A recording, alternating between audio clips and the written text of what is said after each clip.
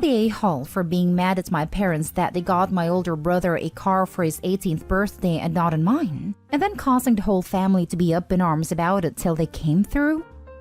Okay, I know the title sounds like I'm spoiled, but hear me out. My brother 20 got a car for his 18th birthday.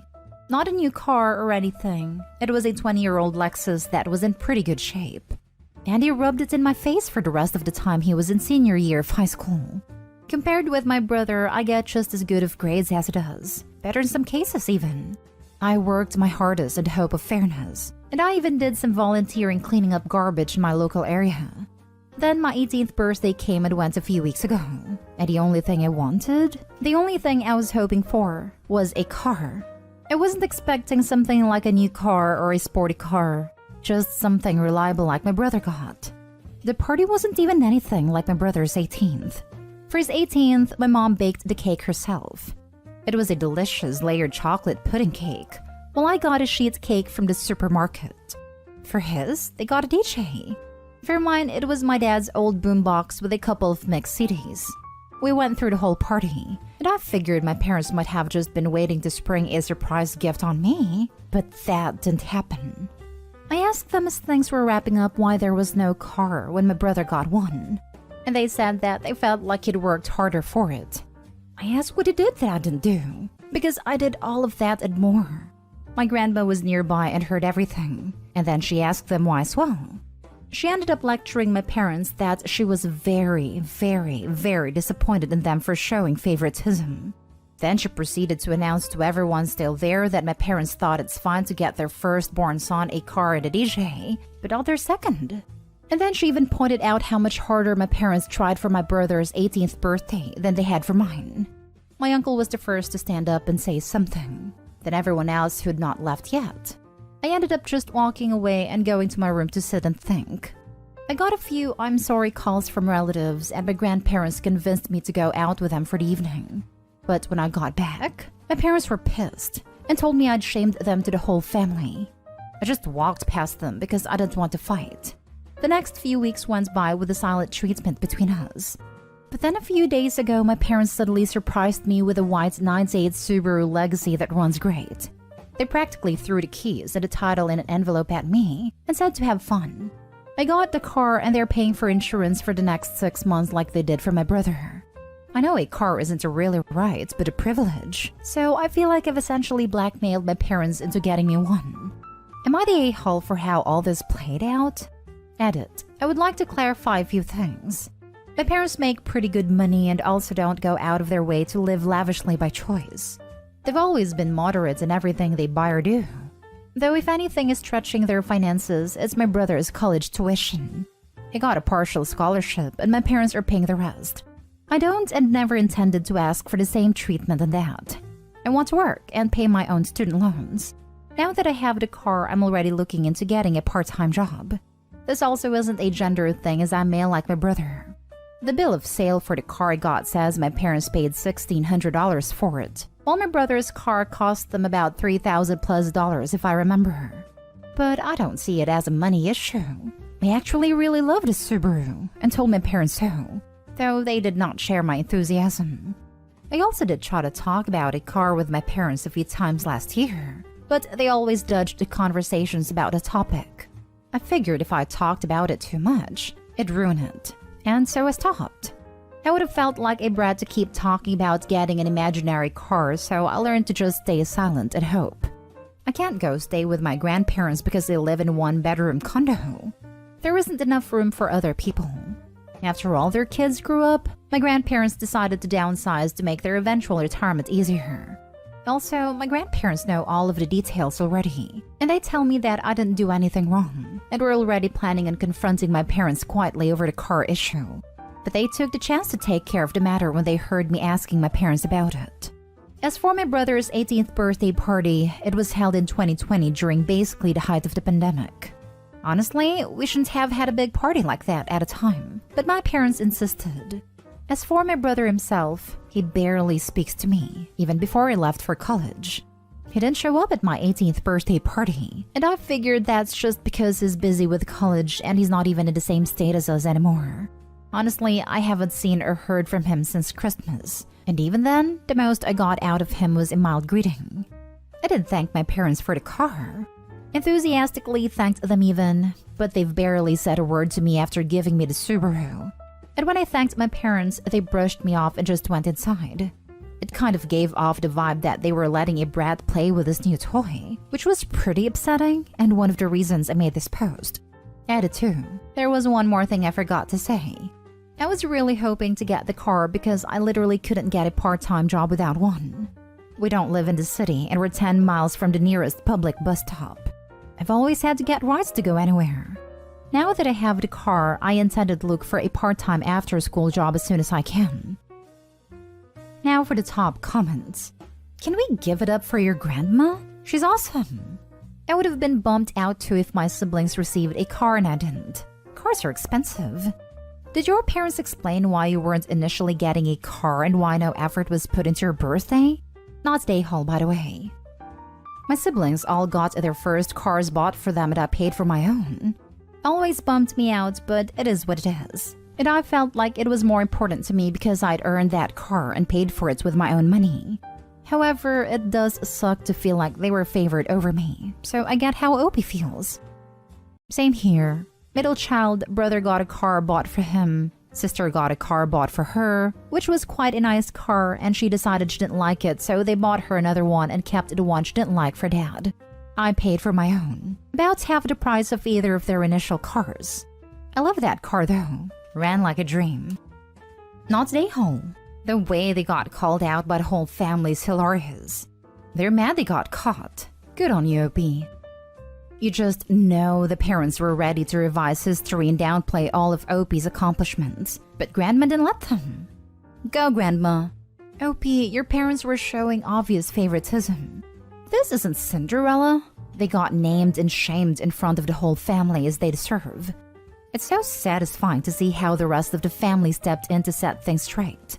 Please don't let this shake your confidence in yourself. You worked hard, and even if your parents refuse to see it, you will meet so many people in your life that will love, appreciate, and respect the effort you put in. Be kind to yourself, Opie. You are not a home. Not stay home. Golden child BS/favoritism should not be condoned. Good for you that your family stood up for you and you eventually got a car. The manner of which isn't pleasant, but it was worth sticking to your guns. If I was Opie, I'd start staying closer to grandma and uncle instead of these dog crap parents. What pathetic parents, lol, have to be called out by family to just do the basics of treating their kids fairly and decently. Next story. Am I the a-hole for telling my stepdad it's not my job to be a good influence for his kids? This is the dumbest argument I've ever had with adults. I'm 16 female, the steps are 14 female, 10 male, and 9 female. My mom and their dad have been dating a little over a year and are engaged. We just all moved into a new place together because the parents want to blend the families, and no one but them are happy about it. The steps and I made an agreement before they moved in that we all just leave each other alone, because none of us want a new family. But if they need an emergency lift or help with something when the parents aren't around, that's fine. The AITA issue started because I'm a serious athlete, so my lifestyle has to be pretty healthy. I worked out a lot and I meal prep most of my own food to make sure I keep up with my nutrition plan. The step family have a very different way of doing things, and that's causing some friction. I don't care what shape or size they are just to throw that in there. It's none of my business. But stepdad has started like using me as an object lesson to the kids. Opie always eats really healthy, we should probably all be doing that. And maybe Opie could give us some pointers and we could do a family gym night. That kind of thing. It's really upsetting the 14-year-old especially, I think, because she's kind of sensitive about her size, and having me around isn't helping with that already. Over the weekend, I was making a shopping list for meal prep for the week when stepdad brings the 14-year-old in and says, "Hey Opie, stepsis would like to try your meal plan out. Can you walk her through it?"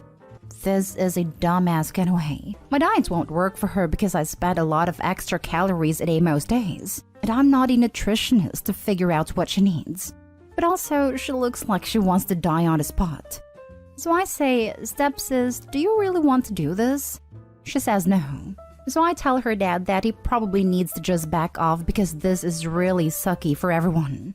He says, I just think her seeing how you do things would be a good influence. And I'm like, I'm not here to be a good influence on your kids. That's your job. So now I'm in trouble for being disrespectful. And we had to have this big family meeting about all getting along and helping each other. And I got in more trouble for telling them, that's rich, because they didn't care what any of us thought about anything when they were making decisions. But I don't really think any of this is even helpful. Like, it would be different if the other kids want to get fit. It's still not a job for me, but I could try to do a support. Not stay home. It's stepdad's job to model healthy eating and exercise to his kids. Instead, he decided to body shame a teenage girl by comparing the two of you. Opie is standing up for her stepsister and being a more supportive family member than her own father is being. She's doing family blending better than dad is. Harping kids about their weight is never going to help. It is a one-way ticket to an eating disorder and bad body image. Opie's right. If he wants his kids to start eating better, he needs to be cooking healthy meals for everyone.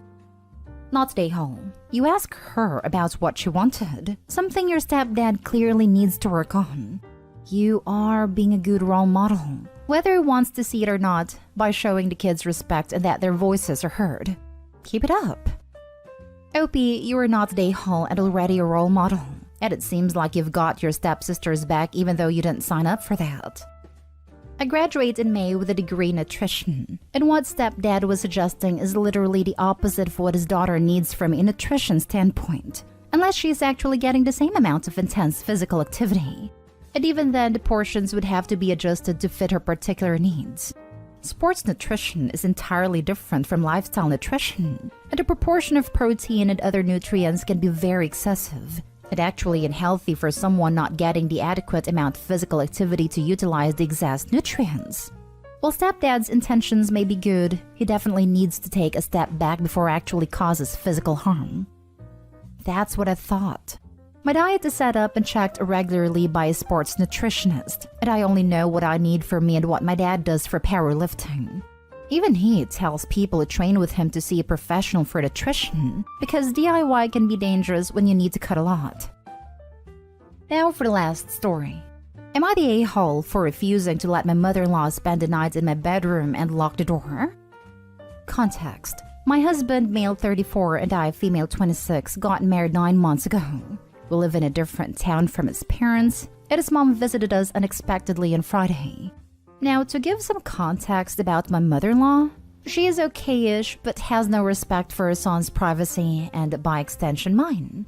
When it was time to go to bed, mother-in-law requested that we let her sleep in the bedroom, on the master bed. Not just that, but lock the door as well because she explained she can't feel comfortable enough to sleep without locking the door. I found this bizarre, but I politely declined and suggested other options like the guest room, couch, and air mattress. But no, she turned around and presented these options to me. My husband agreed, but I said no, and this initiated an argument between her and I. During the argument, I pointed out how I didn't want to be kept out of my room and away from my stuff, but she lashed out at my husband saying, "Don't you just stand there? Say something." My husband told me to let her, it's just one night, but I told her those were all the options I had for her, and if she didn't like them, then I could book her in a hotel. She took it as in I was kicking her out and started crying, which made my husband upset. She left at 12 a.m. and my husband blew up saying I disrespected his mom who was a guest at our house and treated her poorly. He then reminded me it's our bedroom, not just mine, and I acted horribly to her, causing her to go stay at a hotel in the middle of the night. He went to book a room in the same hotel as her and turned his phone off. The next day, she went home and told the family, who berated me, calling my behavior towards mother-in-law abhorrent and loathsome. Now my husband is complaining about how I keep trying to ruin his relationship with his family and push them away. But I want to know if I was really the a-hole. Now for the comments. Not the a-hole. Girl, I would get a divorce ASAP. These kinds of relationships never last for a long time. He is not able to see the disrespect his mother is giving both of you guys. Run. Edit. Never thought my first most liked comment on Reddit would be an advice to get divorced. I wanted to say this but didn't. Glad someone did though. I mean, I just told her what I would do. She probably want to lock the room so she can snoop around. See, that's exactly what I thought too. LMAO. She probably did room checks on husband when he lived with her, and she's dying for the snooping fix. It's either that or she's such a control freak that this is her way of marking her territory. She needs to feel important so badly, and the only way she feels that can happen is if she stomps all over her son's new wife's boundaries, as in lifts her leg on both physical and emotional boundaries. She probably wants to snoop too, but I think the former is probably the main issue. Not stay home. My husband blew up saying I disrespected his mom who was a guest at our house. That she can use the guest room. She clearly had ulterior motives here. There is every chance she planned to snoop. Yeah, I have important and highly personal stuff that I keep in my bedroom. Not stay home. It's creepy that she wants to sleep in a room you and her husband, her son, share. Especially with that insane amount of pushback she was giving and looking at her son to step in, only makes this worse than it needs to be. Husband is acting like a mama's boy and needs to see his mom is totally in the wrong. I'm a mama's boy, but this guy must be a whipped mama's boy. Only time I've let my mom or parents sleep in the master bed was when my wife and I lived in home/apartments that were one bedroom and when visiting us.